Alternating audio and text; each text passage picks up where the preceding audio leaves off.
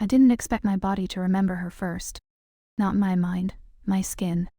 A warmth in my throat like a swallowed word. A breath that caught, like it recognized a name before I did.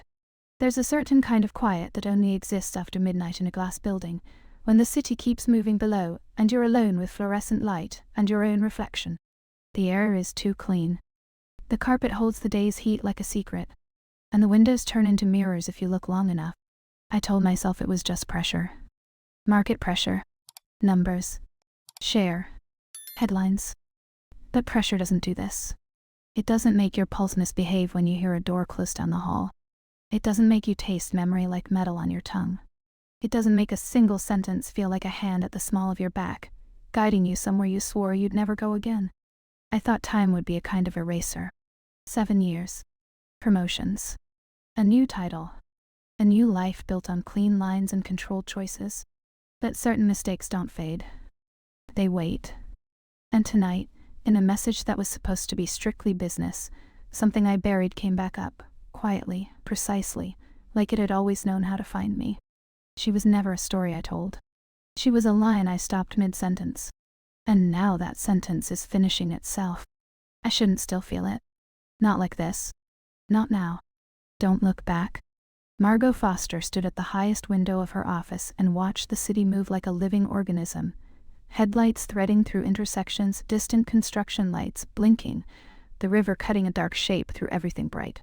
Her building had a name people recognized. Her title sat in her email signature like a crown.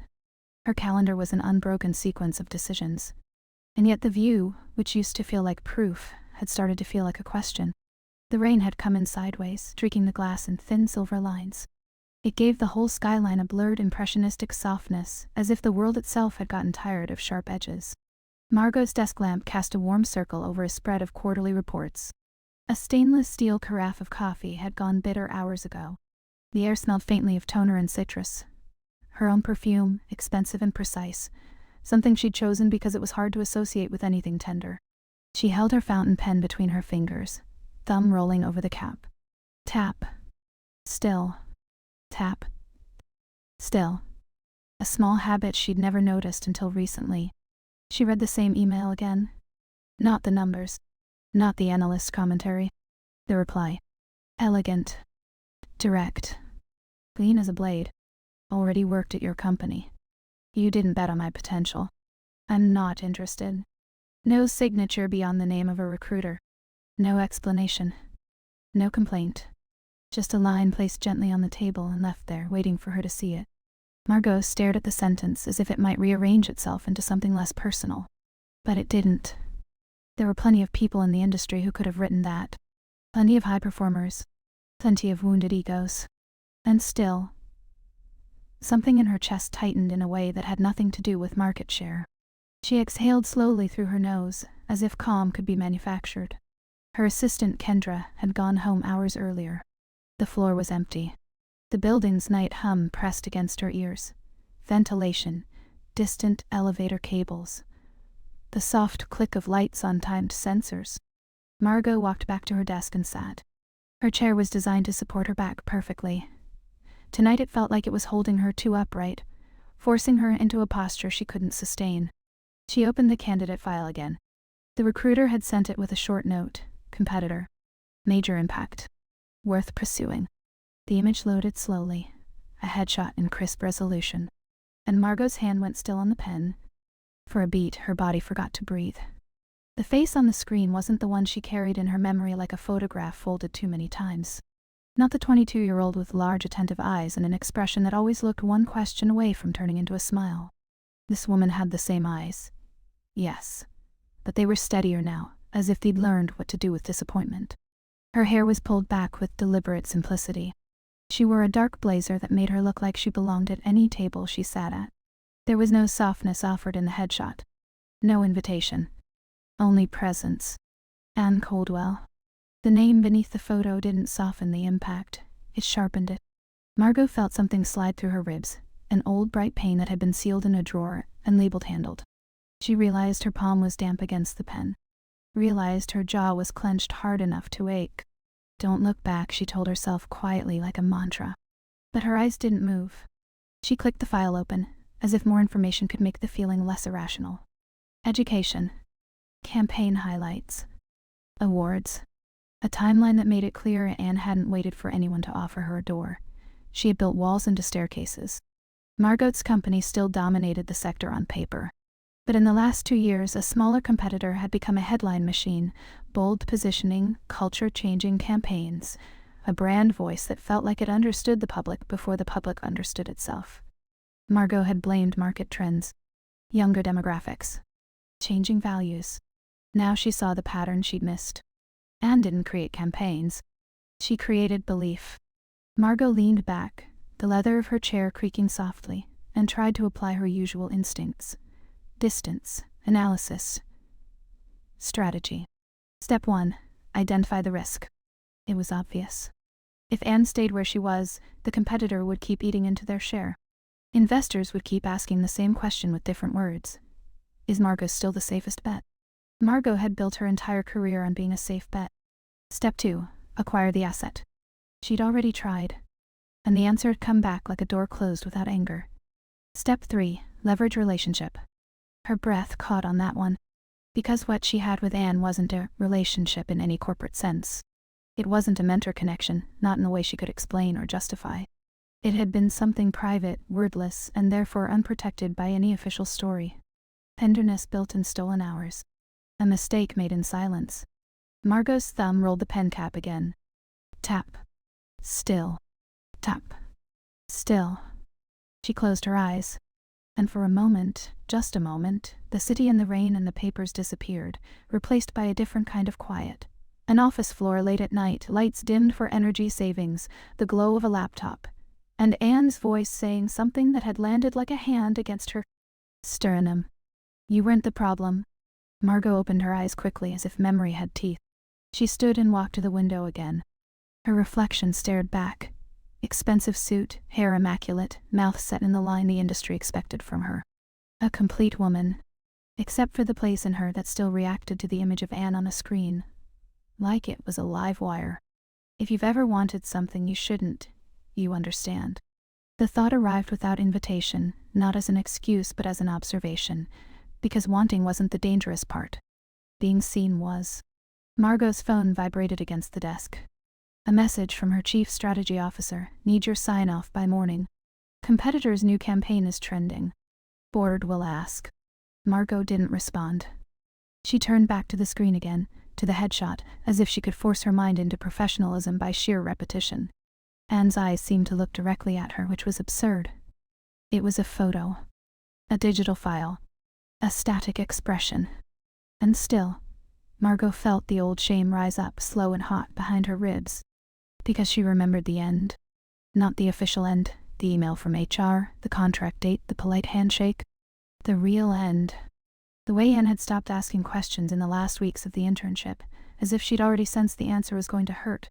The way Margot had started coming home later, leaving fewer messages, choosing smaller touches, safer distances. The way she'd watched Anne pack her desk into a cardboard box and told herself it was the right decision. Right for the company. Right for her career. Right for the version of her life that couldn't survive scandal or softness. Margot had chosen what she could control. Anne had taken what was left and turned it into a spine. Don't look back. She'd lived by that rule in a way she'd never admitted to anyone. She'd made it into a philosophy. A survival technique. A brand. And now, 7 years later, the woman she hadn't chosen had built a kingdom in the place Margot thought she'd abandoned. Margot walked to the small bar cart in the corner. She poured a splash of water into a tumbler. Her hand didn't shake, she would have noticed if it did. She drank anyway, as if hydration could fix regret. The glass was cold against her mouth. The water tasted like nothing. And still, under it, she could swear she tasted something metallic, like a memory she couldn't swallow cleanly. She returned to her desk and pulled up the internal archive. The intern records would still be there, buried under years of updates. She searched Caldwell Anne. A file appeared. For a second, she couldn't click it. Not because she didn't know how to handle pressure. Not because she wasn't trained to make hard decisions. Because this wasn't pressure. This was consequence. Margot clicked. The older photo was there, Anne at 22, hair looser, expression softer. The same eyes but different. They held more wonder then. More willingness. Margot's throat tightened. She remembered that apartment too, not in detail at first, but as sensation. Warm lamplight. The smell of plants by a window. The muffled city sound outside. Anne's sweater sleeves pushed up. The way she'd always paused before opening the door, like she was bracing for happiness.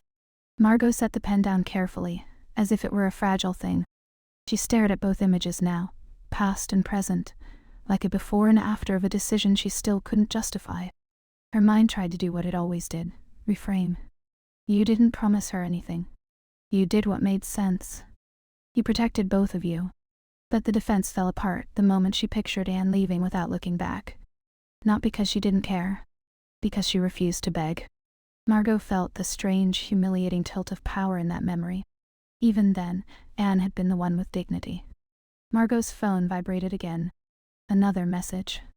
This time from Kendra, likely sent before she'd gotten on the train. Reminder. Tomorrow, 10 a.m. is open if you want to fit in the personal meeting request. Margot had asked her to make that slot. Not explicitly for Anne. She hadn't needed to. Kendra had been with her long enough to recognize when Margot was trying to pretend she wasn't trying. Margot picked up her phone and hovered over the reply. In her chest, something old and stubborn resisted. Not fear of Anne. Fear of what Anne would see in her now. Because Margot wasn't 35 anymore, half-cracked from a divorce, and pretending control could substitute for tenderness. She was 42. The CEO. The one people assumed had everything figured out. And yet she felt, in the quiet of her office, like she was standing at the edge of a door she'd closed with her own hand.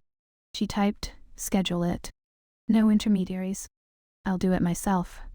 She stared at the message for a beat longer than necessary before hitting send. The confirmation didn't feel like relief. It felt like stepping off something high. Margot stood again, restless in a way she despised. She walked to the conference room adjacent to her office. The glass wall reflected her as she moved, one woman passing through her own reflection again and again. Inside the conference room, the table was polished to a perfect sheen. 8 chairs aligned with quiet authority. A carafe of water sat untouched.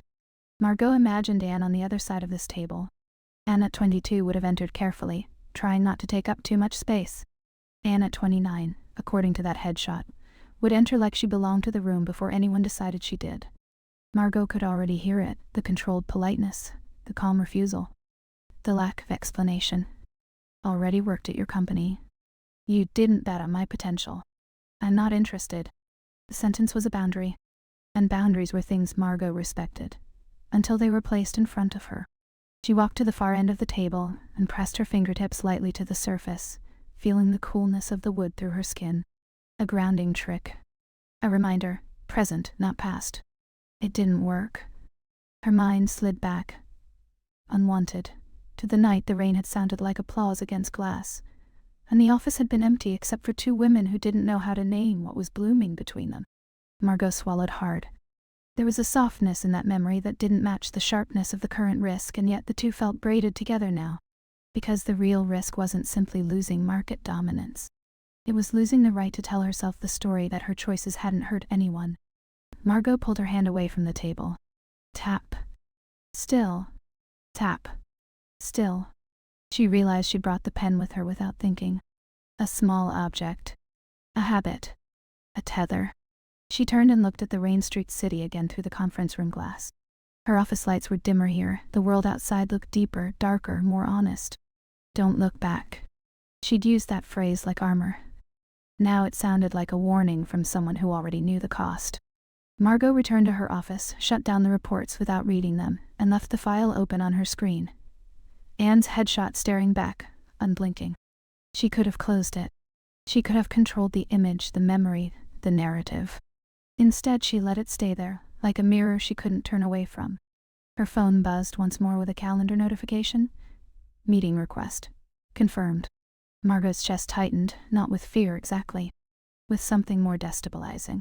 A kind of hope that felt like stepping onto thin ice. She picked up her coat from the chair. Fabric was smooth beneath her fingers, expensive, familiar.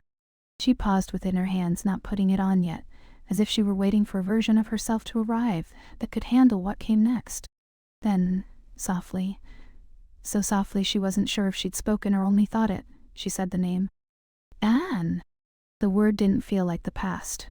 It felt like the door cracking open. And Margot, for the first time in years, didn't know whether she was walking toward salvation or punishment. The elevator ride up felt longer than it should have. Margot told herself it was because she'd dismissed half the building early, because she'd asked for privacy like a woman asking for water, casual, practiced, unremarkable. She told herself it was because the numbers on the screen climbed too slowly, because time always stretches when you're impatient. But impatience wasn't what was tightening in her chest. It was anticipation with teeth. She stepped out onto her floor, and the hallway lights brightened with a quiet click. The censors didn't care about reputations. They didn't care about history. They only cared that someone had entered the space. Margot's heels struck the polished surface in measured, controlled beats. Her office was as she'd left it. Reports closed, the city pressed against the glass, Anne's headshot still open on the screen like a dare she hadn't had the courage to shut down. She didn't look at it now. She didn't need to. There are things you can feel in your peripheral vision. Heat, movement, the presence of something you're trying not to give power to. Kendra was already there, standing beside the conference room door with a tablet. She didn't look nervous. She never did. She looked prepared. The meeting is confirmed, Kendra said softly. Tomorrow, 11. She'll be here in person. Margot nodded once, as if she'd expected nothing else. As if her body hadn't been living in a strange, suspended state since the moment she saw that photo. Who's on security? Margot asked. Kyle, and I've blocked the corridor. Good. Margot didn't want a hallway full of curious eyes. She didn't want the small whispers that could turn into larger stories. She didn't want Anne to be greeted like a spectacle. Anne should be greeted like... Margot's mind stopped itself. Like what? Like a former intern. Like a competitor's star. Like the woman she once held close enough to hear her heartbeat. Kendra hesitated just a fraction. She declined the recruitment offer again, she added. The one Martin sent. She said she'd only meet with you directly. Margot's jaw tightened. Anne was controlling the terms. Even now. Especially now. Thank you, Margot said, voice even. That's all. Kendra didn't leave immediately. Her gaze flicked, briefly, to the window, to the city, then back to Margot. You'll want a prep brief, she said carefully. Not a question. A lifeline. Margot set her palm flat on the desk. The wood was cool. She held it there until her breath slowed. No, she said. I already know what the risk is. Kendra nodded once and turned away, quiet as ever. The door closed with a soft finality. Margot stood alone in her office again. Outside, the city continued to move. Traffic pulsed. Sirens rose and fell in the distance like a heartbeat that belonged to someone else. Somewhere below, a late-night cafe would still be serving bitter espresso. Somewhere, a couple would be laughing too loudly in the rain. The world didn't pause for unfinished stories. Margot walked to the window and watched her reflection merge with the skyline. She looked like a woman who had everything under control, which made it almost unbearable that she didn't.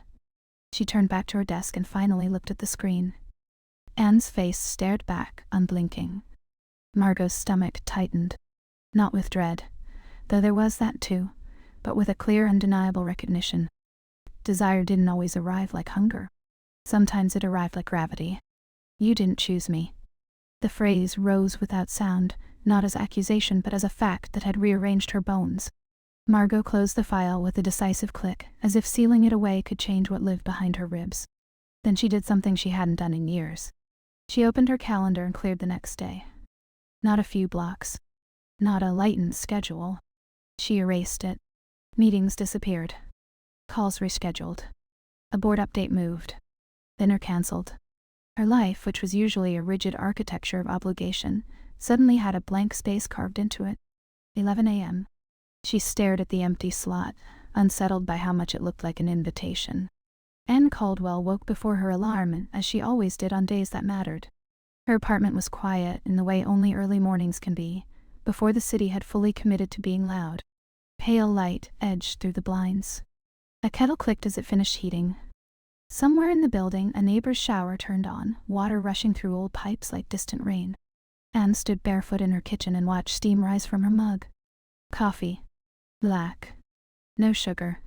She'd tried sweetness once years ago and decided it wasn't for her. Her phone sat face down on the counter. She didn't touch it immediately. Instead, she moved through small routines that anchored her. Plant leaves wiped with a damp cloth. A dish rinsed, dried, returned to its place. A notebook opened, a pen laid beside it, aligned with the edge like a promise. Order was a kind of protection. Anne's hair was still damp from the shower, twisted into a low knot. She wore a soft t-shirt and loose pants, nothing that looked like armor, though everything about her was. The apartment was bigger now than the one she'd had at 22. More light, thinner lines. But the grammar of it was the same. Books stacked in ways that only made sense to her, plants insisting on life, art on the walls that felt like a question paused midair. One painting hung above the couch, a woman standing near a doorway, half in shadow, half in light, as if she couldn't decide whether she was leaving or staying. Anne had bought it because it made her feel seen. She picked up her phone at last and turned it over. A reminder blinked on the screen. Meeting 11:00 a.m., Foster Group HQ. Her thumb hovered. She felt nothing dramatic. No shaking hands. No racing heartbeat. Just a tight, bright stillness behind her sternum, like a door latch catching. 7 years, she thought, and the world still wants you to walk into glass. She took a slow sip of coffee. Bitter. Rounding. She had agreed to the meeting for one reason: professionalism. Refusing a personal request from a CEO in the same sector would look childish. It would look like she was still wounded. Anne wasn't going to offer anyone that satisfaction. And yet, it wasn't purely professionalism that made her stomach tighten the moment she imagined Margot Foster's office. It wasn't purely strategy that made her choose a dark suit instead of something softer. It wasn't purely ambition that made her check her lipstick twice in the mirror and then wipe it away. No. Not that. Not exactly. Because somewhere under the clean surface of adulthood, something older still lived. A memory stored in her body, not her mind. The sound of rain against a window. A coat thrown over shoulders like shelter. A voice low in the dark saying her name as if it meant more than it should. Anne set her mug down. The ceramic clicked softly against the counter. She stared at the ripple of coffee near the rim and forced her breathing to stay slow. You didn't choose me. She hated that the phrase still existed in her. Hated that it wasn't about work at all. She closed her eyes briefly and reopened them, sharper. Today, she reminded herself, was not about closure. It was about control. She was walking into that building as a woman who didn't need anything from Margot Foster. Not a job. Not an explanation. Not an apology. Anne slid her notebook into her bag. She paused, then added a second pen. A habit. A superstition. A way of telling herself she was prepared for any version of the conversation. As she reached for her coat, her fingers brushed the fabric and she froze. For a split second, the texture under her hand wasn't her own coat. It was wool. Heavier. Darker. Another woman's warmth. Anne's breath caught. She pulled her hand back quickly, almost annoyed with herself. Get it together. The outside world didn't care about her ghosts. It would keep moving regardless. Foster Group headquarters looked exactly as Anne remembered, and nothing like it. The same glass. The same security desk. The same polished marble that reflected the soles of her shoes as she walked. But the air felt different, not because the building had changed, but because she had. 7 years ago, she'd walked through these doors with a badge that said intern and a heart that hadn't yet learned to protect itself. Now she walked through them with a title that made people stand straighter when they read it on her visitor pass. Anne Caldwell, marketing manager. The guard at the desk glanced at her name, then at her face, then back at the name, as if something in the industry gossip had already reached him. He smiled politely. Good morning. Elevator C, they're expecting you. They. As if this was a normal meeting. Anne nodded and didn't smile back, not out of cruelty but out of discipline. She kept her expression neutral, her posture calm. She didn't look around to see who might recognize her. She didn't need to. Recognition, she'd learned, was a kind of power. You had to ration it. In the elevator, she watched her reflection in the mirrored wall. Dark suit. Hair cleanly pinned back. Small gold earrings that caught the light when she moved. A face that had learned what silence costs. Her stomach was quiet. Her hands steady. And still, as the elevator rose, she felt something in her chest tighten, as if her body remembered the top floors too well. A ceiling-high window. A city pressed close. A late-night hush where anything could happen because no one was watching. Anne swallowed. The elevator dinged softly and the doors opened. The hallway was empty. That was intentional. Anne's heels clicked down the corridor and she noted the cameras in the corners. The way the lights brightened in sequence as she passed. The faint smell of citrus in the air. Expensive, precise. Her breath slowed. A memory flashed. So quick it was almost nothing. Rain tapping glass. A laptop screen glowing. A voice saying, "Stay, just stay." Anne's throat tightened. She forced her gaze forward. No? Not now. She reached the conference room door. Kendra stood waiting, tablet in hand, expression composed. Anne recognized her instantly. Kendra had been there 7 years ago too, always efficient, always careful not to look directly at what was happening. They exchanged polite greetings like strangers. "Needs, Caldwell," Kendra said. Anne's mouth curved slightly. "That's not necessary." Kendra's eyes flicked, quick and unreadable. "She's in her office. She asked that you come in directly." Anne didn't move for a half-second. A charged pause. The kind that doesn't exist in professional life unless something personal is trying to climb through the surface. "Fine," Anne said, voice even. Kendra opened the door to the corridor that led to Margot's office. Anne walked. The carpet under her shoes was softer than she remembered. New renovation, maybe. Or maybe she'd just never had the luxury of noticing textures when she'd been 22 and afraid of taking up space. As she approached the door, she saw it was slightly ajar. A deliberate choice. An invitation disguised as neutrality. Anne stopped just outside, breathed in once, and knocked. "Come in," a voice called. Anne's spine tightened. Not because of the words, because of the voice. Lower now. Calmer. Less rushed. Still unmistakably Margot. Anne pushed the door open. Margot Foster stood by the window with the city behind her like a backdrop. The skyline framed her in pale morning light. She wore a tailored suit in a deep, muted tone, something between charcoal and ink. Her hair was swept back with careful elegance. She looked exactly as Anne had imagined, and more tired than Anne expected. For one breath, neither woman moved. The world outside kept moving. Cars flowed. People hurried across crosswalks. Somewhere a siren rose, distant and unconcerned.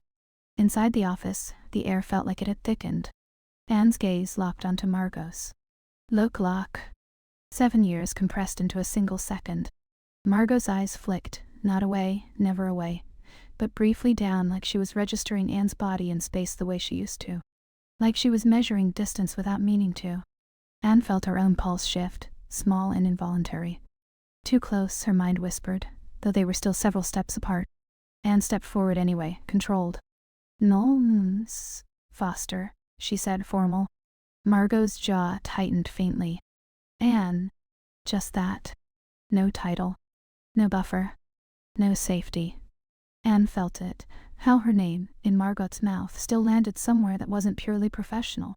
She set her bag on the chair nearest the desk with deliberate calm. The sound was soft. Ordinary. Nothing about this was ordinary. Margot gestured toward the seating area, away from the desk.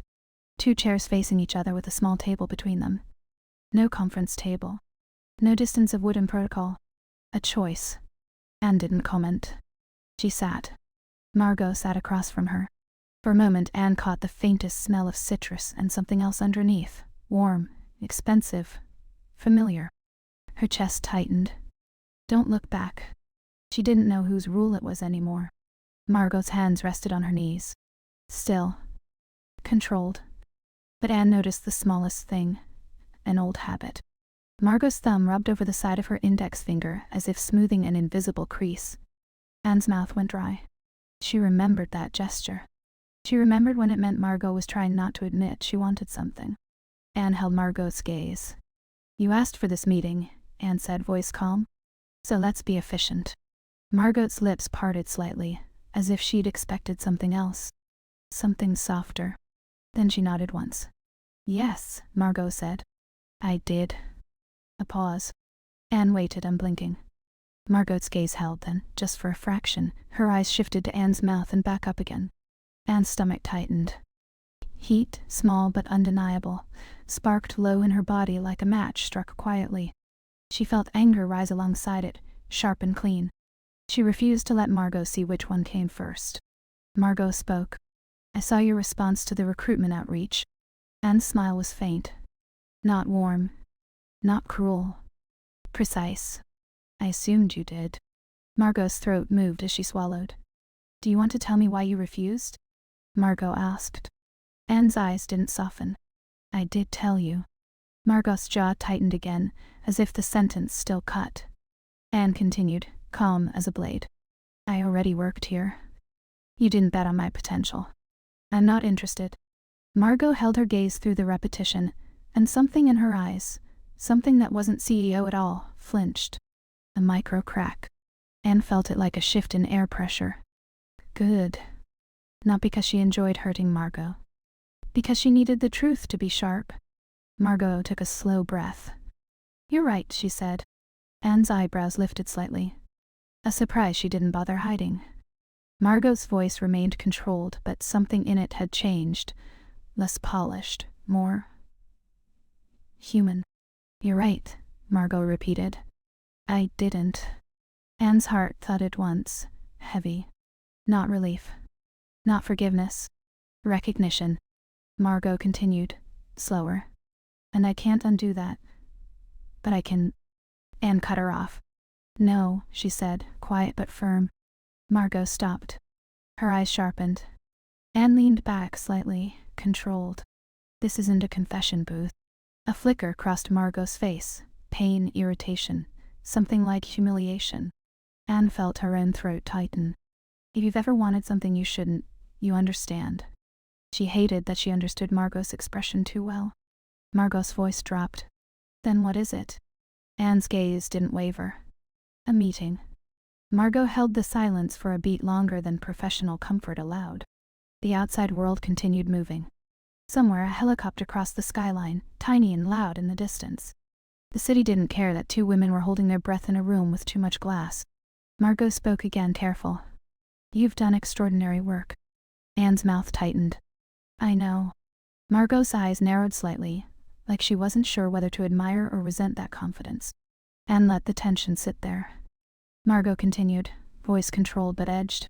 "My company is losing ground." Anne tilted her head just slightly. "Also something you already know." Margot's gaze stayed locked. "I want you here." Anne's pulse jumped. There it was.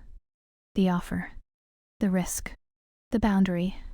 Anne felt heat rise again, low and unwanted, because the sentence carried two meanings whether Margot intended it or not.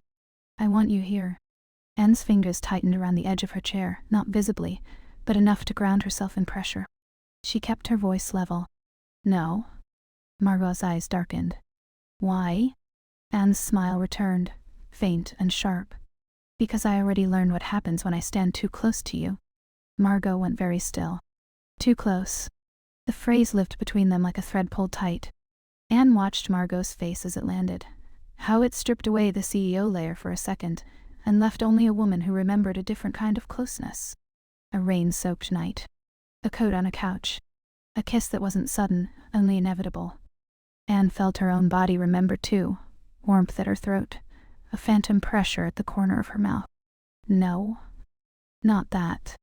Not now." Margot's voice was quieter when she spoke. "Anne." Anne stood. A clean, decisive movement that ended the moment before it could become something else. Margot's gaze followed her up, and Anne felt, unmistakably, the shift. In this room, in this space, Margot was the one seated. Margot was the one reaching. Anne was the one who could leave. Anne picked up her bag slowly. "I gave you the hour," she said. "You got your answer." Margot stood too quickly, chair legs whispering against the rug. "Wait," Margot said. Anne paused at the door. She didn't turn immediately. For 1 second, she let herself feel the weight of Margot behind her, standing close enough that Anne could sense the warmth of her presence without looking. It was a dangerous second. Anne turned. Margot was closer than before, not touching, but inside the radius where touch becomes a question. Her eyes were steady, but something in them was unguarded. "I'm not asking you to come back as an employee," Margot said. Anne's throat tightened. "That's what you think you're asking," Anne replied. Margot's breath hitched barely. Anne saw it. Bodily reaction. Truth leaking. Margot's voice dropped. Then, tell me what I'm asking. Anne held her gaze. For a beat, she almost said it. 7 years late. Too close. You didn't choose me. But she didn't. Instead, she said, quiet and surgical, you're asking me to trust you. Margot's eyes flickered, like the word had struck something raw. Anne continued. And you haven't earned that. Silence. A long one. Not restful. Not soft. Tight. Margot's mouth opened, then closed. Her throat moved as she swallowed. Anne watched the calculation try to form. And fail. Margot's voice, when it came, was stripped down. Then give me a chance too. Anne felt something shift in her chest. Not forgiveness. Not surrender. A destabilizing shift, subtle, unwilling. Because Margot Foster, who used to speak like a woman who never needed anything, had just asked like someone who did. Anne's gaze held. The city behind Margot moved on, indifferent. A bus turned a corner far below. Pedestrians crossed in tight clusters, heads down against the weather. Life continuing. Anne's voice was quiet. You know where I live. Margot's face tightened, confused. Anne clarified, calm but edged. You knew once. If you still do, then you can use that information the way you used everything else. Margot's eyes widened slightly, a flash of hurt. That's not fair. Anne's smile was small, bitter. No. She opened the door. Then, without meaning to, without permission, Anne felt her hand hesitate on the handle. A half-second. A betrayal. She didn't look back. But she let her voice soften by a single degree, just enough to be true. If you want more than an hour, she said, you'll have to come without strategy. She stepped out into the hallway and let the door close behind her. It clicked softly. Anne stood still for a beat, breathing, spine tight. Too close, her mind whispered again, but differently now. Not as warning. As a fact. She walked toward the elevator without looking back, her heels striking the floor in calm, measured beats. And behind her, in the glass tower that still smelled faintly of citrus and control, Margot Foster stood alone, staring at a closed door like it was the first thing in years she couldn't make open. Anne didn't feel the ground under her feet until she was outside. The air hit her like a reset, cold enough to sting the inside of her nose, damp enough to cling to her hair. The city was mid-morning, busy, indifferent, and loud. A courier on a bike threaded between cars. A woman in a trench coat spoke too sharply into her phone. Someone laughed at something that had nothing to do with Anne Caldwell's past. Anne walked 2 blocks before she realized her hand was still clenched around her bag strap. She forced her fingers to loosen, one by one. Her pulse was steady. Her breathing controlled. Her body, however, had not gotten the memo. Heat sat low in her abdomen. Faint, unwanted, like an ember refusing to die. Her throat felt too tight, as if she'd swallowed a sentence that was still trying to climb back up. She kept her gaze forward. She didn't turn around to see the glass tower behind her. Don't look back. She didn't know if the rule belonged to her or to Margot anymore. 7 years ago it had been the only way to survive. Today it felt like something else. A test. Anne got into a rideshare and gave her driver an address that wasn't home. A coffee shop across town. A neutral place. A place with noise and steam and strangers, things that prevented memory from getting too loud. The driver pulled into traffic. The car smelled faintly of pine air freshener and someone else's cologne. Anne stared out the window and watched the city blur in motion. She'd learned to love movement. Movement was proof that she wasn't stuck in any room with any person, no matter how magnetic. Her phone vibrated. A message, unknown number. I'm sorry. I know that isn't enough. But I'm sorry. Anne's thumb hovered over the screen. The simplicity of it made her stomach turn. Not because it was meaningless, because it wasn't. Because a part of her, buried deep, had wanted those words for years. Not like this. Not as a late delivery. Not as if it could be dropped into her day and expected to change the weather. Anne locked her phone without replying. She forced her shoulders down. She stared at her reflection in the window glass, her own face layered over the city outside. She looked calm. She felt like a woman standing on the edge of something she'd spent years building to avoid. At the coffee shop, she sat in a corner with her laptop open and didn't actually work. She pretended to, occasionally typing a line, deleting it, typing again. Across the room, 2 college girls leaned close together over one phone, giggling. Their knees brushed, careless and unafraid. Anne's jaw tightened. A memory rose, not in images at first, but in sensation. A late-night quiet. Couch. A coat. Someone's breath on her mouth. Anne took a sip of coffee and let the bitterness ground her. She stared at her screen till the letters blurred into meaninglessness. The outside world continued moving. It always did. That night, Anne went home and changed into soft clothes and cooked a simple dinner she barely tasted. She watered her plants. She cleaned her kitchen. She did everything that made her life feel like her own. And still, every time the building's elevator cables sighed, every time a door in the hallway clicked, her body reacted as if it might be Margot. She hated that. She hated it more because she understood it. There are certain people your body learns like a language. Even when you stop speaking it, you still understand. Anne took a shower and let hot water run over her shoulders until her skin flushed. She stood beneath the stream longer than necessary, letting the heat blur the edges of her thoughts. When she stepped out, her phone was lit up on the counter. Another message. Please. 1 hour. Not work. Just 1 hour. Anne stared at it until the screen dimmed. Then, as if on instinct, she walked to her living room and sat on the couch beneath the painting of the woman at the doorway. Half shadow, half light. Leaving or staying? Anne stared up at it, and something in her chest loosened just enough for a different kind of anger to slip in. Not the sharp anger she used like a blade. A softer anger. The kind that came from grief. Margot had been the first person in that company to look at Anne and see her, not her resume.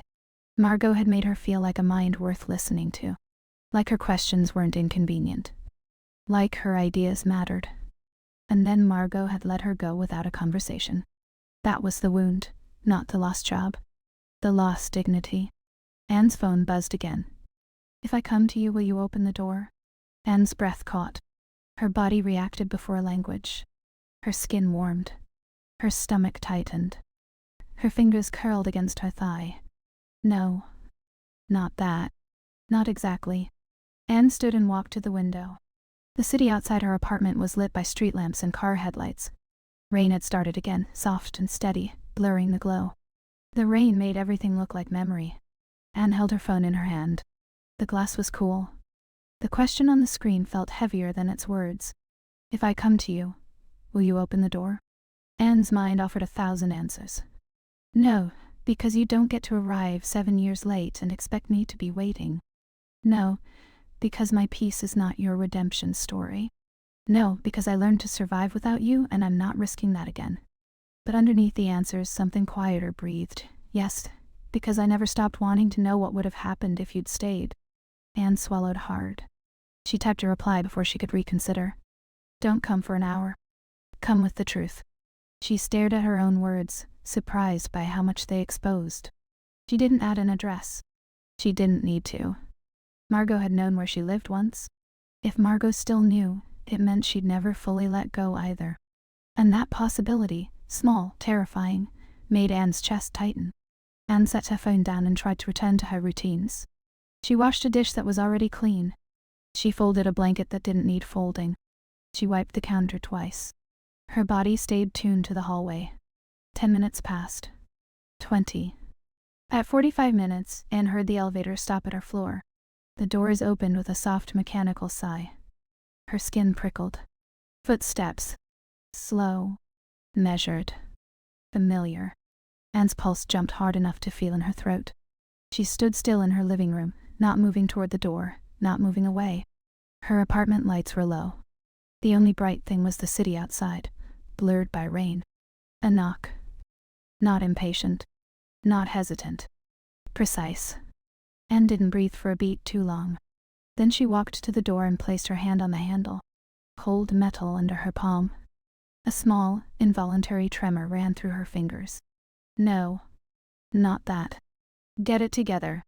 Anne opened the door. Margot stood there without a coat, hair slightly damp from the rain, suit darker at the shoulders. She wasn't holding a bottle of wine. She wasn't holding a folder. She wasn't holding anything that could pretend this was normal. Her eyes lifted to Anne's and went still. For 1 second, the hallway behind her dissolved into an old office corridor, late at night, empty except for them. Anne's chest tightened. Margot's gaze dropped, briefly, to Anne's mouth.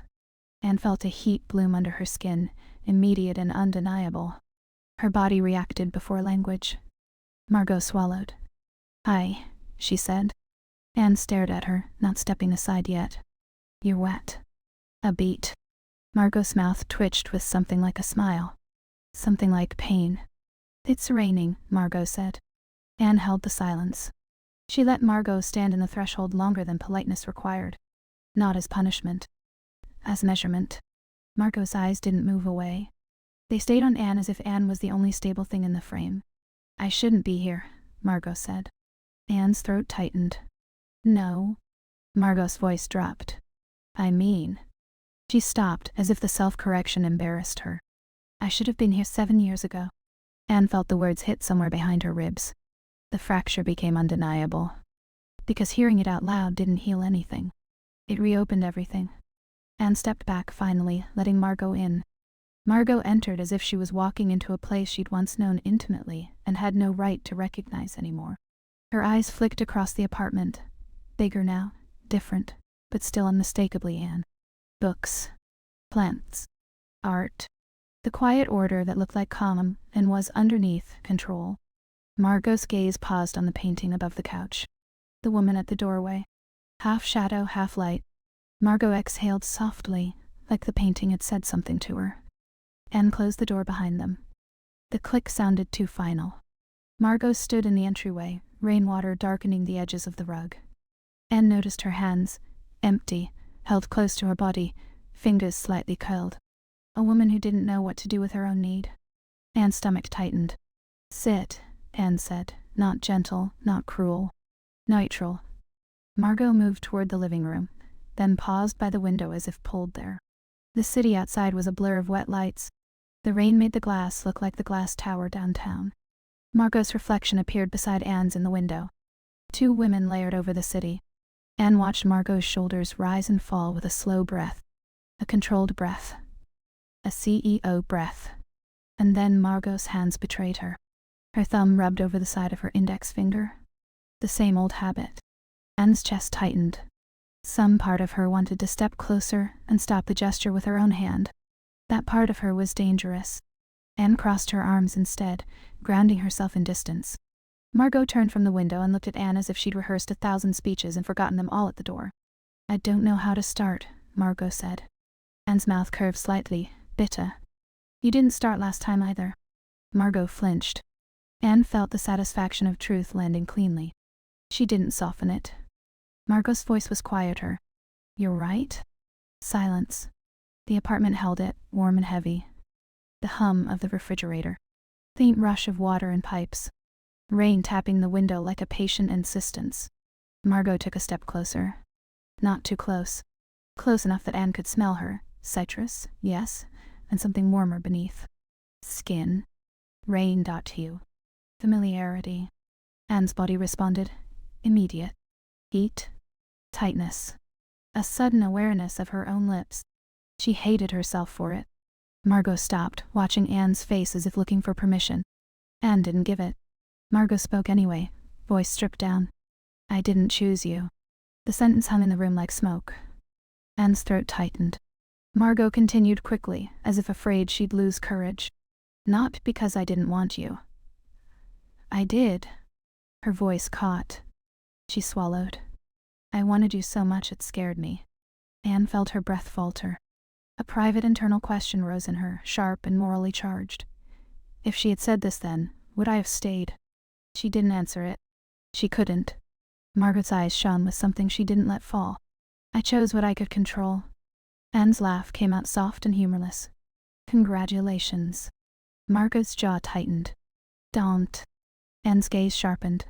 "Don't what?" "Don't make it small," Margot said, voice suddenly edged. "Don't pretend it was just a bad HR decision. I know what I did." Anne stared at her. There it was. Something different. Margot wasn't hiding behind politeness. She wasn't asking for comfort. She was naming the thing. Anne felt the ground under her shift. Meaningful. Irreversible. Because once Margot named it, they couldn't return to the safe fiction of professionalism. Anne's arms loosened from her chest. Not as surrender, as readiness. Anne stepped closer. Not because she was weak. Because she was tired of pretending distance made her invulnerable. Margot's gaze dropped to Anne's hand as it moved, then back up to her eyes. "Say it," Anne said quietly. Margot's breath hitched. "Say what?" Anne's voice was calm, dangerous. "Say you loved me." Margot went still. For a moment, Anne saw the older Margot, the one who used silence as a shield. The one who could hold a room with a glance and never give away the truth.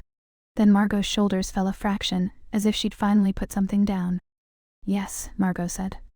One word. A confession. Anne felt it in her body like a shock. Warmth spread through her chest, painful and intimate. Margot's voice was low. "I loved you." Anne's eyes stung. She didn't let tears fall. She refused. Margot took another slow step forward. The distance between them narrowed until Anne could feel the warmth of Margot's breath. Too close. The phrase returned, but now it wasn't warning. It was gravity. Anne's mouth went dry. Her fingers twitched at her side, wanting. Margot's gaze flicked to Anne's lips again, slow this time, like she wasn't pretending anymore. Anne didn't move away. Margot lifted her hand, careful as if approaching a skittish animal, and stopped just short of touching Anne's cheek. A pause that made the air feel electric. Anne's breath caught. Margot's voice was barely a whisper. "Can I?" Anne stared at her. 7 years of restraint pressed against the inside of her skin like a held breath. Anne's answer came out quiet, raw. "You don't get to touch me like you get to close deals." Margot's hand fell slightly, hurt flashing. Anne continued, voice steady even as her body shook inside. "If you touch me, it has to mean something you can't take back." Margot's eyes held hers, dark and honest. "It will." Anne believed her. That was the terrifying part. Anne stepped in the last inch. And the kiss, when it happened, was not sudden. It was the conclusion of a sentence interrupted 7 years ago. Margot's mouth was warm, hesitant for half a second, then sure in the way only recognition can be. Anne felt her own body respond like it had been waiting, like it remembered the shape of this closeness even after years of denial. Anne's hand rose without permission and gripped the fabric of Margot's suit jacket, pulling her closer, not gently, not violently. With hunger that had learned discipline. Margot's breath broke against her lips. A small sound, involuntary. Anne felt it like proof. They separated a fraction, foreheads nearly touching. Margot's eyes were closed for a beat too long, as if she needed the dark to survive what she was feeling. When she opened them, she looked different. Not CEO. Not polished. A woman who had just crossed a line and couldn't pretend it wasn't real.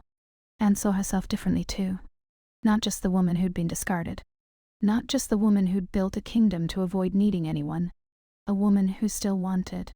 Still burned. Still risked. And that realization hit her harder than the kiss. Anne pulled back, breathing hard. Margot stayed close, not chasing, just present. Anne's voice came out low. "Don't mistake this for forgiveness." Margot's throat moved as she swallowed. "I won't." Anne's fingers loosened on Margot's jacket. She stepped back, creating space with effort. Her chest rose and fell. Her skin felt too warm. Margot stood where she was, eyes fixed on Anne as if Anne was the only thing holding her upright. Outside, a car horn blared. Someone shouted. The world kept moving. Inside, Anne felt the familiar panic of consequence. Because now it wasn't just market pressure. Now it was her. Her body. Her choice. Her boundary. Margot's voice was quiet. "Tell me what you want." Anne stared at her, breathing hard, heart pounding like it was trying to break out of her ribs. And the truth rose, sharp and terrifying. "I want you to not leave," Anne said. The words hung between them, raw. Then Anne's eyes hardened, as if she could carve her own safety back into place. "But I also want to never need you," she added. Margot's face tightened with something like pain, like understanding. Anne turned away before Margot could answer. She walked to the kitchen, needing distance, needing something mundane. She gripped the edge of the counter until her knuckles whitened. Her breath shook once. She heard Margot behind her, not footsteps, not movement, just the quiet presence of her, still standing where the kiss had happened. Anne stared at the sink. The fracture in her was undeniable now. She had opened the door. She had crossed the line. And she didn't know whether she'd just reclaimed something lost, or invited an old ruin back into her home. Anne didn't turn around right away. She kept her hands on the counter as if the smooth stone could hold her in place. The kitchen light made everything look too ordinary. Clean sink, a bowl of fruit, a mug drying on a rack. Small evidence of a life built in solitude and routine. Behind her, Margot's silence filled the room like a third presence. Anne could feel it. Margot standing in the living room. Not moving closer, not leaving, suspended in the aftermath of a kiss that had changed the air. Anne's body still thrummed with it. Warmth in her mouth. A faint sting where Margot's breath had met her skin. The memory of fabric gripped tight in her fist, the involuntary pull of wanting. Anne exhaled slowly. She hated the way her body was the first to betray her. She picked up a glass from the counter and ran water into it, watching the stream fill it. A simple action. A mundane anchor. Her hands were steady now, but her chest was not. Margot's voice came from behind her, careful. Anne. Just her name again. Anne closed her eyes for a beat. Opened them. Yes, she said, not turning. Margot's footsteps were quiet, measured. She stopped before crossing into the kitchen, as if sensing that the line mattered. I didn't mean to, Margot began. Anne cut her off without looking back.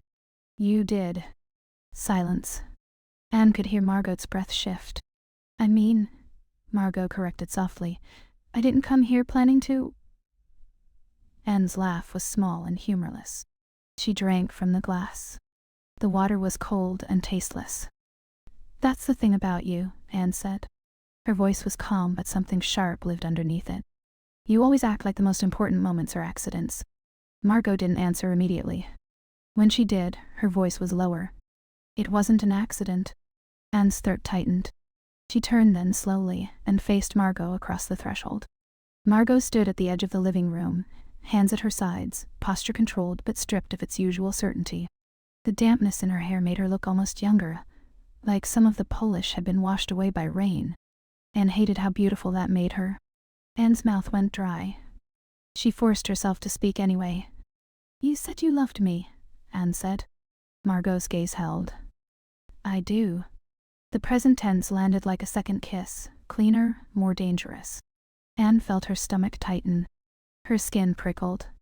Margot's eyes flicked across Anne's face, searching, waiting to see if Anne would run. Anne didn't move. Not yet. Anne's voice came quiet. Then tell me why you let me go. Margot's jaw tightened. Her shoulders rose slightly, as if bracing for impact. I thought I was protecting us, Margot said. Anne's eyes narrowed. From what? Margot swallowed. From the consequences. Anne stared at her. The answer was honest in the way that made it unforgivable. Anne took one step closer, still keeping space, still keeping control. The distance between them was a taut wire now, too close to ignore, too far to touch without deciding. What consequences? Anne asked, voice even. That people might talk. Margot's gaze lowered for a moment. When it lifted again, it was steady. That you would become my story, Margot said quietly. And not your own. Anne's breath caught. The sentence was almost noble, and Anne hated it more because of that. Anne's voice sharpened. You didn't protect me, you protected yourself. Margot flinched, tiny, unmistakable. Anne continued, relentless now because she had earned the right to be. You protected the version of you who could still walk into a room and be admired without anyone thinking about who you loved. Margot's throat moved as she swallowed hard. Yes, Margot said. One word. No defense. Anne felt something in her chest twist. Anger and grief tangled together. The outside world kept moving. A siren rose in the distance, then faded. Somewhere in the building, someone laughed through a wall. Anne looked at Margot and saw the woman she had once thought was untouchable. Not because Margot truly was, but because Margot had built her life to appear that way. And now Margot was standing in Anne's apartment, wet from rain, eyes raw. Anne's voice went lower. And now you're here because you're losing market share. Margot's gaze hardened slightly. That's not the only reason. Anne's smile was faint and bitter. But it's a reason. Margot didn't deny it. She took a slow breath. Yes, she said. It's a reason. Anne's stomach tightened again, sharp. At least she was honest. Margot's voice deepened, controlled, but exposed. I told myself for years that what happened was a crack in me, a consequence of my divorce. Something temporary. Anne watched her face as she spoke, the way Margot's eyes stayed fixed on Anne, as if she couldn't bear to look away. Margot continued. And then I saw your name in that file. Anne's throat tightened. Margot's mouth twitched with something like pain. I realized the crack wasn't temporary. It was you. Anne's chest rose. Fell. The air between them felt warm now, as if the kiss had left heat suspended. Anne looked away first because she couldn't let Margot see what the words did to her. Anne turned back toward the counter and set her glass down carefully. When she spoke again, her voice was quieter. 7 years, Margot. Margot stepped closer, just one step, stopping again before the kitchen threshold. Respecting the line. Anne felt her body respond to the movement anyway. Heat. Awareness. The pull of closeness. Margot said softly, I know. Anne's voice tightened. You don't get to say I know like it's a password. Margot's gaze sharpened. Then tell me what you want. Anne's laugh was soft, almost helpless. You heard what I said. Margot didn't blink. I heard you say you want me not to leave, and you want to never need me. Anne's throat tightened at hearing her own truth repeated back to her. It sounded dangerous in someone else's mouth. Margot continued. Those two things don't fit together. Anne's eyes flashed. That's the point. Margot's expression shifted, almost imperceptibly. Understanding, then pain. You built a life that doesn't need anyone, Margot said quietly. Anne held her gaze. I built a life that can survive. Margot's voice was low. Because of me. Anne didn't answer. Because yes. Because the silence at the end of the internship had taught her a skill she'd never asked for. How to fold love into a drawer and keep moving. Margot exhaled. Anne, I'm not asking you to forgive me tonight. Anne's eyes narrowed slightly. What are you asking? Margot's gaze dropped to Anne's hands on the counter, to the faint tremor in Anne's fingers that Anne hadn't even noticed. Margot's voice softened. I'm asking you to let me stay long enough to be honest. Anne felt her stomach tighten. Honesty was not safe. Honesty was how you gave someone a knife and told them where to cut. Anne stared at Margot for a long moment. Then she nodded once. Not permission. A test. Margot stepped into the kitchen slowly like she was approaching a skittish animal. Anne watched her closely. Margot didn't reach for her. Didn't touch. She went to the sink and turned off the running water Anne had left on quietly, like closing a small loop. Then Margot leaned against the counter across from Anne, leaving space between them. Respecting the line again. Anne's body reacted anyway. She hated herself for that too. Margot's voice was low. The last weeks, before your internship ended. Anne's throat tightened. Margot continued, careful. I started pulling away. Anne's mouth curved, bitter. I noticed. Margot nodded once. I could feel myself wanting more. And wanting more felt like losing control. Anne's eyes sharpened. So you chose control. Margot's jaw tightened. Yes. Anne's breath caught. And you didn't even talk to me. Margot's gaze lifted, raw. I didn't know how. Anne's laugh was small, almost disbelieving. You knew how to run rooms full of executives. You knew how to negotiate million-dollar deals. Margot's voice broke slightly. That was easy. That was strategy. Anne stared at her. Margot's eyes held. This, Margot said, and the word seemed to include everything between them. The kiss, the years, the silence, the hunger. This was the first thing I couldn't manage. Anne felt something hot press behind her eyes. She blinked hard. The fracture inside her widened. Because a part of her wanted to reach across the counter and pull Margot close again, not as forgiveness but as relief. Another part of her wanted to push Margot out the door and never open it again. Anne's voice was quiet. You don't get to come here and make me responsible for your growth. Margot's jaw tightened. I'm not asking you to. Anne watched her. Then, what are you asking? Margot's breath slowed, as if she were choosing each word with a kind of reverence. I'm asking you to let me see you, Margot said. Anne's chest tightened. Margot continued, gaze steady. All of you, not as my former intern, not as my competitor's star, not as a solution to my market problem. Anne's mouth went dry. Margot's voice dropped. As the woman you are now. Anne felt the weight of that. Because being seen was what had started all of this the first time. And being seen was what had hurt the most when Margot had stopped. Anne's fingers flexed against the counter. She forced her voice to stay steady. Seeing me isn't the same as choosing me, Anne said. Margot's eyes didn't flinch. I know, Margot said softly. Anne's jaw tightened. Do you? Margot's gaze sharpened with something like determination. Yes. Silence filled the kitchen. The refrigerator hummed. Rain tapped at the window. Anne's mind slid, involuntary, into memory. Not as a story. As sensation.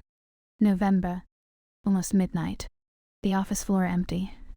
A laptop screen casting pale light on Margot's face. The rain against the glass like applause no one could hear. Anne leaning forward, pointing at a slide, voice calm. If you change this line, you change the story. Margot's hand had hovered then too, hovered near Anne's wrist as if touch was a question. As if permission was everything. And then Margot's eyes had lifted, and Anne had been looking already.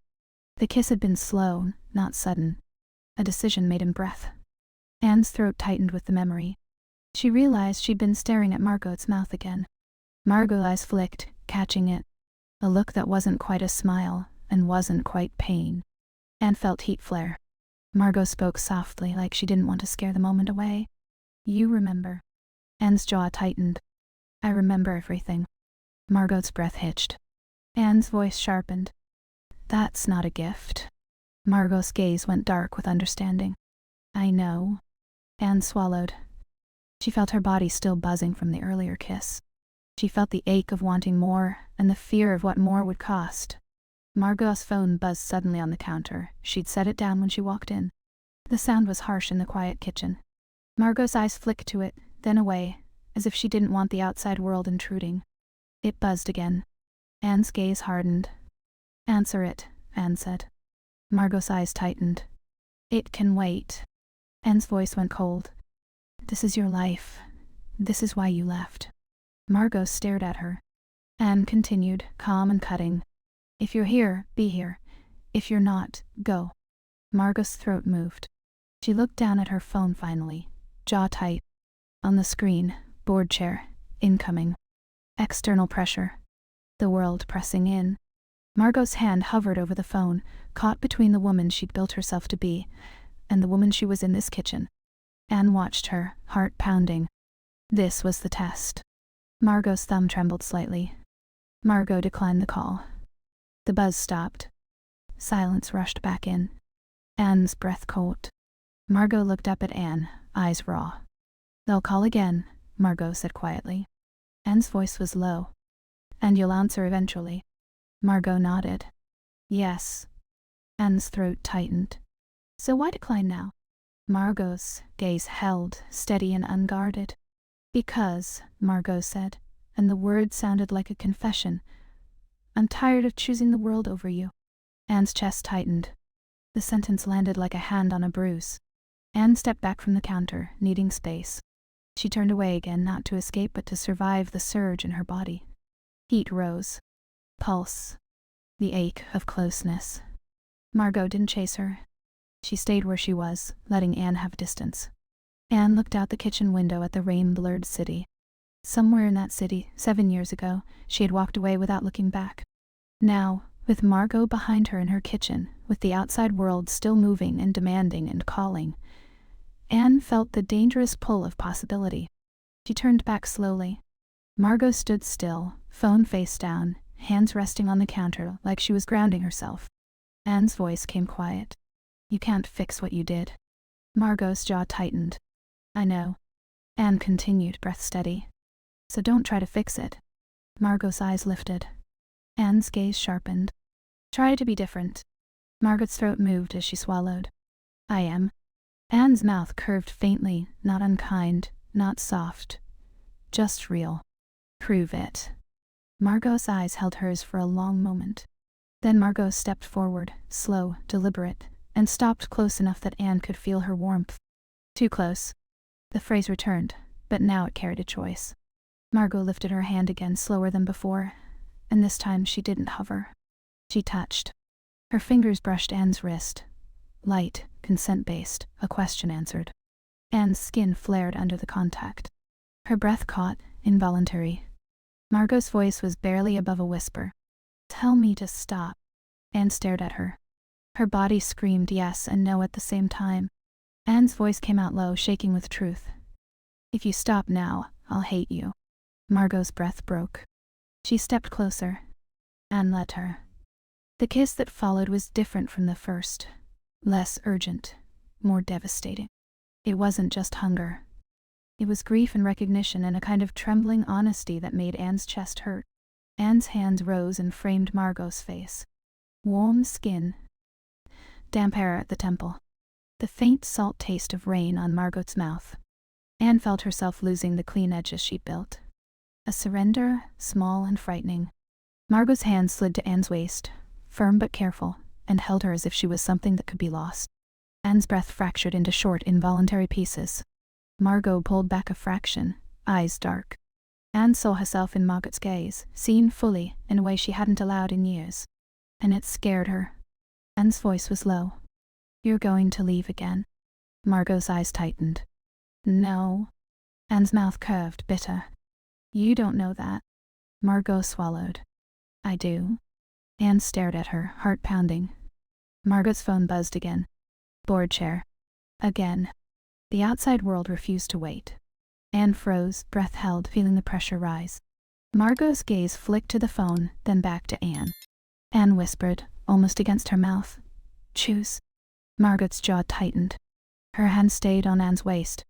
Her eyes held Anne's. And for a moment, the room existed in pure suspension.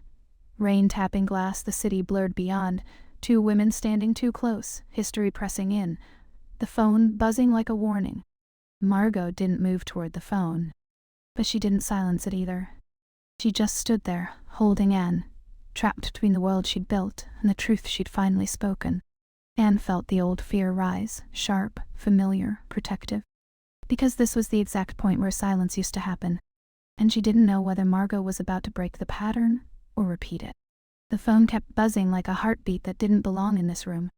Anne could feel it through the air, through Margot's body, through the tightness in Margot's jaw, through the way the world outside refused to let two women have a private moment without charging them interest. Margot's eyes stayed on Anne's. Her hand stayed on Anne's waist.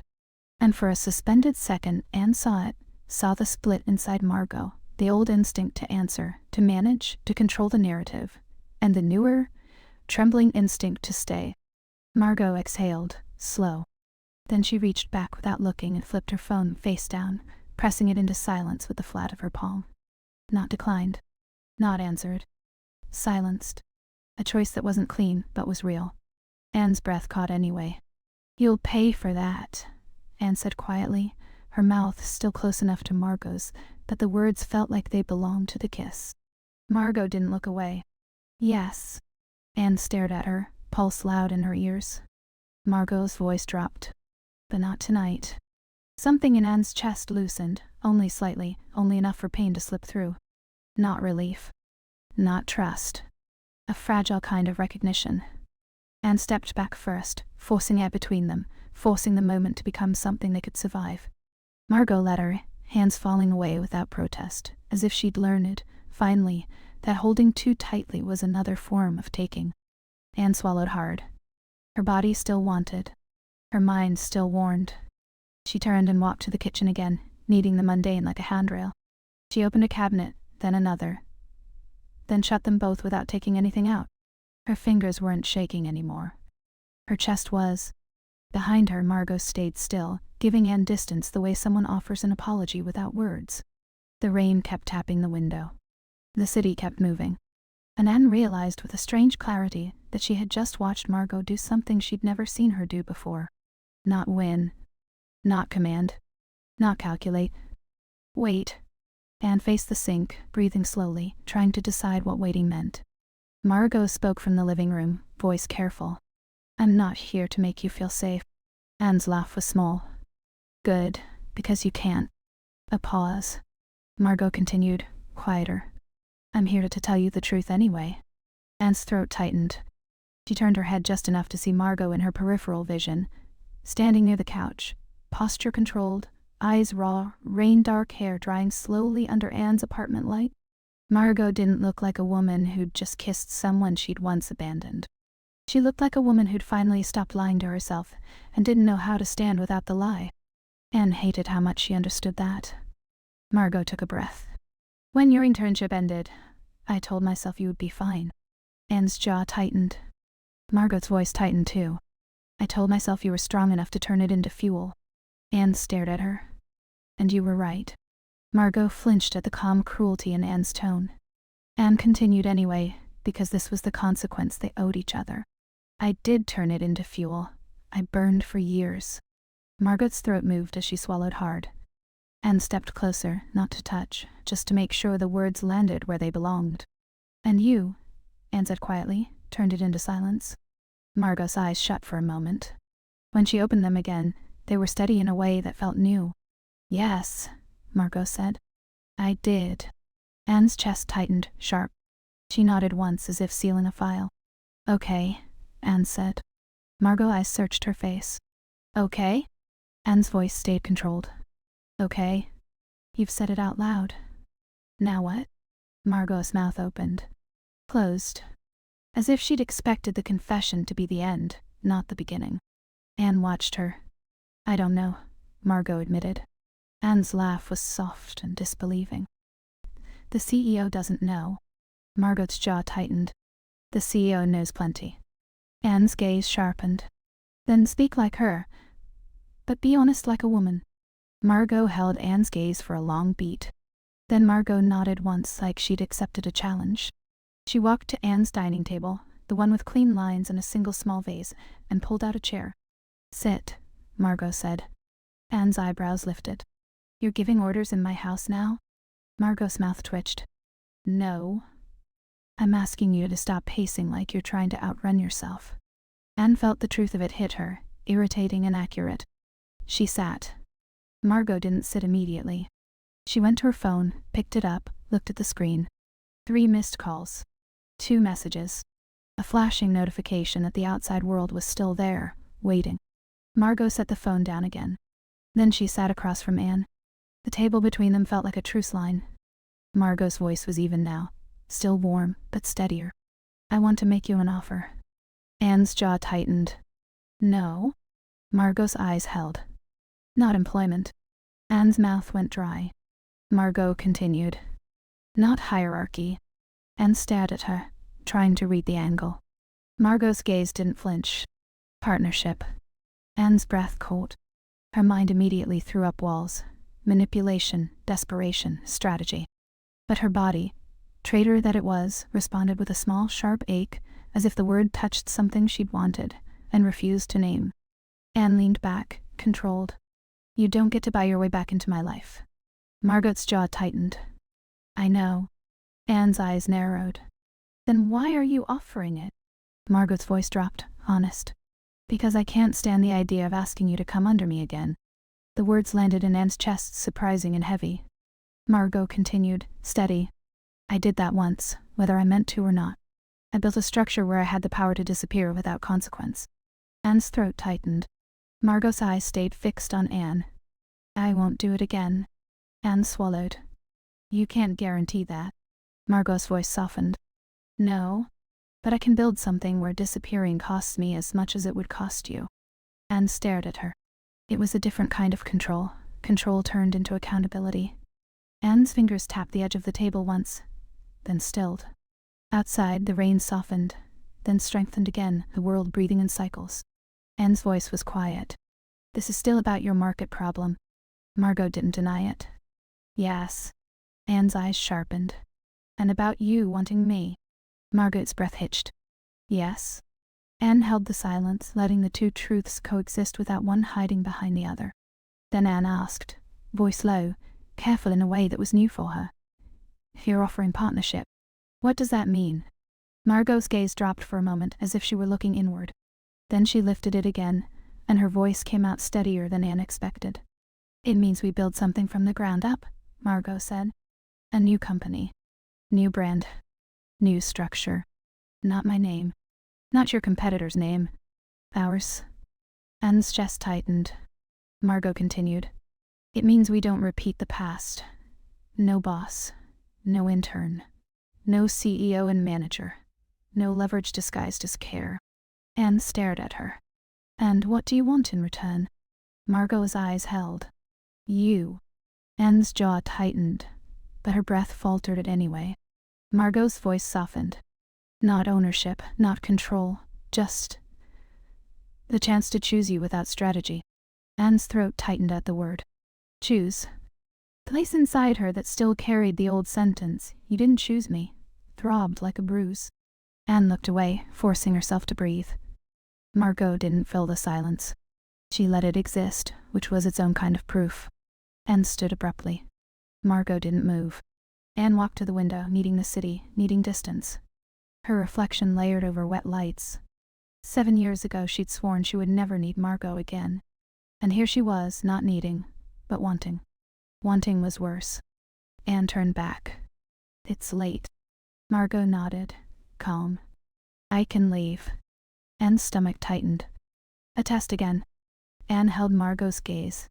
I didn't tell you to. Margot's breath caught. She didn't smile. She just looked present. Anne's voice came quiet, and it surprised her how much it cost to say it. Stay. Margot's eyes darkened, not with victory, but with relief, so contained it looked like pain. Margot stood slowly, as if the wrong speed might break the moment. She walked toward Anne, stopping, still, just short of touching. She didn't assume. Anne's body reacted anyway. Warmth, awareness, a pull under her skin. Margot's voice was barely above a whisper. Is this you asking me to stay tonight? Or asking me not to leave again? Anne's throat tightened. She hated the precision of the question. She answered honestly anyway. Both, Anne said. Margot inhaled shakily, and then she lifted her hand, slow, careful, and brushed her fingers along Anne's cheek. Consent in the pace. Consent in the pause. Anne closed her eyes for a beat, letting herself feel it. Warm fingers. Gentle pressure. The quiet devastation of being touched by someone who still knew where tenderness belonged. Anne opened her eyes and looked at Margot. Margot's gaze held hers, steady. Anne whispered, No deals. Margot nodded. No deals. Anne's mouth curved faintly. No promises you can't keep. Margot swallowed. Okay? Anne's voice softened by a single degree. No leaving without a goodbye. Margot's eyes tightened with something like shame. Never again. Anne didn't know if she believed it, but her body leaned in anyway. The kiss that followed wasn't hunger this time. It was surrender chosen carefully. Margot's mouth was warm, familiar in a way that made Anne's chest ache. Anne's hands slid to Margot's shoulders, feeling the damp fabric. The firmness beneath. Margot's hands found Anne's waist again, steady, grounding. They moved together toward the couch without speaking, the way you move toward shelter in bad weather. There was nothing rushed in it. No frenzy. Just gravity. Anne felt Margot's forehead rest against hers for a moment, as if Margot needed the contact to exist without words. Anne's breath fractured into small, involuntary pieces. Margot whispered, Tell me if I'm too much. Anne's voice came low. You were never too much. The truth of it landed in Anne's own chest, startling. Because Margot had been too much only when Margot disappeared. Margot's fingers threaded into Anne's hair gently, and Anne felt her body soften in places she'd kept hard for years. The world outside kept moving. Cars passed below. A distant siren rose and fell. The rain shifted. Inside, time slowed into sensation. Heat. Breath. The soft press of mouths. The quiet slide of hands over fabric, over skin, never graphic, never rushed. More like memory being rewritten in real time. Anne felt herself come apart in small, controlled ways. Not breaking. Unclenching. Later, how much later Anne couldn't have said, Margot's phone buzzed again somewhere on the table, muffled by distance. Margot didn't reach for it. Anne didn't tell her to. They lay on the couch in the dim light. Anne's head resting against Margot's shoulder, Margot's hand on Anne's back, fingers tracing slow lines, as if learning the shape of safety. Anne stared at the painting above them, the woman at the doorway. Half shadow, half light. For the first time, the woman didn't look like she was leaving. She looked like she was deciding. Anne's voice was quiet. This doesn't change what happened. Margot's breath warmed Anne's hair. I know. Anne swallowed. And it doesn't mean you get to fold me into your life like a convenient solution. Margot's hand paused, then resumed, slower. I know. Anne turned her face slightly, looking up at Margot. Margot's eyes were tired. Honest? Human. Anne asked quietly. Do you love me? Or do you love what I can fix for you? Margot's throat moved. She didn't answer quickly. And Anne, who knew silence too well, felt a cold fear rise. Then Margot spoke, voice steady. I love you. Anne's chest tightened. Margot continued softer. And I hate that I'm asking you to help me professionally. I hate that it puts weight on us. But I won't pretend it isn't true. Anne studied her face. Margot's voice deepened. I'm not asking you to fix me, or fix my company. I'm asking you to build with me. Anne's throat tightened. Why should I? Margot's eyes held. Because you deserve to be chosen in daylight. The sentence landed like a quiet explosion. Anne's breath caught. Her eyes stung and she looked away quickly, angry at her own softness. Margot didn't push. She just stayed. The next 3 weeks didn't feel like a romantic montage. They felt like real life. Messy. Unflattering. True. Anne didn't call it dating. Margot didn't call it anything. They texted in sharp lines at odd hours. Anne from her office late, Margot between board meetings. Sometimes the messages were tender. Sometimes they were blades. One night, Anne typed, You're still hiding. Margot replied, I'm learning. Don't confuse learning with hiding. Anne stared at the screen until her eyes burned, then answered, I can't survive silence again. Margot didn't respond for 13 minutes. Anne felt each minute like a bruise blooming. Then Margot wrote, Then don't accept it. Call me out. I'll answer. Anne hated that she wanted to believe her. Another night, Margot wrote, I think about you in rooms full of people. Anne replied before she could stop herself, and what do you do with that thought? Margot, I hold it like a secret. And I hate that. Anne, then stop hating it. Start choosing. There were 2 arguments by message that ended with Anne tossing her phone onto the couch and walking to the kitchen just to breathe. There was one dinner that started stiff and careful. 2 women sitting across from each other at Anne's table, plates growing cold while neither wanted to say the wrong thing. Margot tried to talk strategy, market positioning, investment. Anne listened for 5 minutes, then cut through it cleanly. You're trying to turn this into something you can manage, Anne said. Margot's jaw tightened. I'm trying to make sure it works. Anne's eyes flashed. Works for who? Margot stared at her, then looked away, pain tight in her mouth. Anne softened by a fraction. Margot, I'm not your rescue plan. Margot's voice came low. I know. Anne's throat tightened.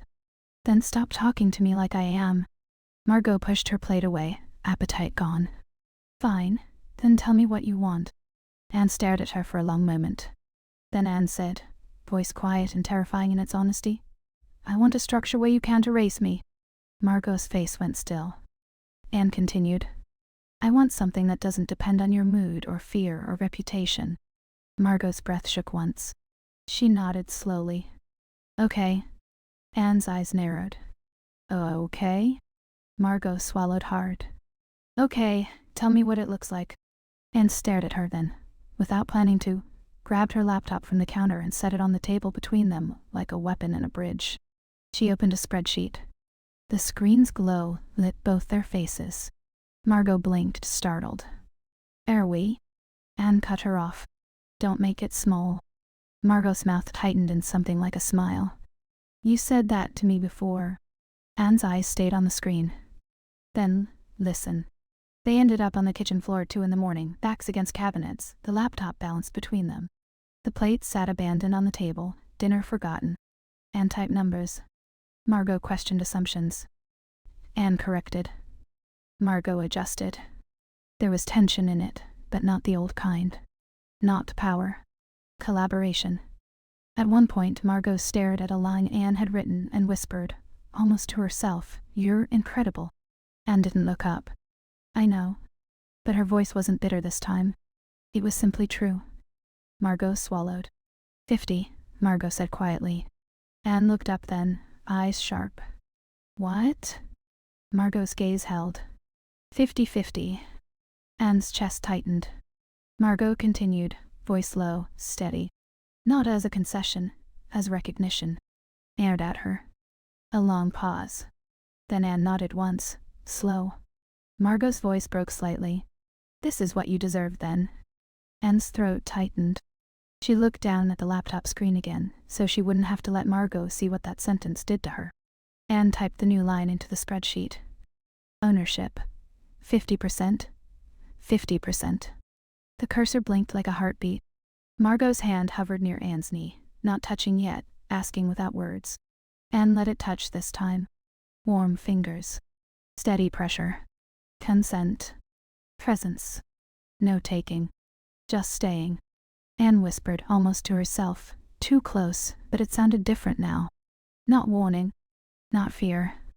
A quiet acceptance of how near they'd chosen to stand. Margot's thumb brushed lightly over Anne's skin. Not under me, Margot said.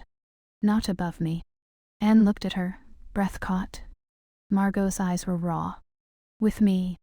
Anne held her gaze for a long moment. Then Anne said the thing she'd never thought she'd say again. This time, Anne whispered, you choose. Margot's throat moved. She nodded once, solemn. I choose, Margot said. In daylight. They signed the papers in a small conference room that didn't belong to either empire. Neutral ground. A lawyer explained terms in a voice that sounded like distant weather. Anne's pen moved first, clean, decisive. Then Margot's. When Margot finished, she didn't pull the paper away like it was just business. She left her hand there, palm resting on the page, as if feeling the weight of the signature. Anne watched her. Margot looked up, eyes steady. I'm not asking you to trust me because I'm sorry, Margot said quietly. I'm asking you to trust me because I'm accountable now. Anne's chest tightened. She didn't offer forgiveness. She offered truth. If you ever erase me again, Anne said softly, I will not survive it twice. Margot's jaw tightened. Her eyes shone, but she didn't let anything fall. You won't have to, Margot said. Anne didn't know if it was a promise, but it was a vow made without strategy. Outside the window, the city moved on, cars, people, rain clouds parting into a pale slice of late afternoon light. Nothing dramatic. Just life continuing. Anne and Margot walked out together. Not as boss and subordinate. Not as a mistake hidden in night. As equals. Anne felt the strange, quiet weight of it settle into her bones. 7 years ago she'd left without looking back. Now she didn't need to. Because the story wasn't behind her anymore. It was beside her. A kingdom rebuilt not on control, but on choosing. And if that isn't a kind of resurrection, what is? Would you rather be safe and unseen, or fully chosen, even if it changes everything? Some stories whisper instead of shouting. They linger because what mattered was never said. If this one stayed with you, I'd love to hear. What would you have done in Anne's place? And what would you have demanded before opening the door?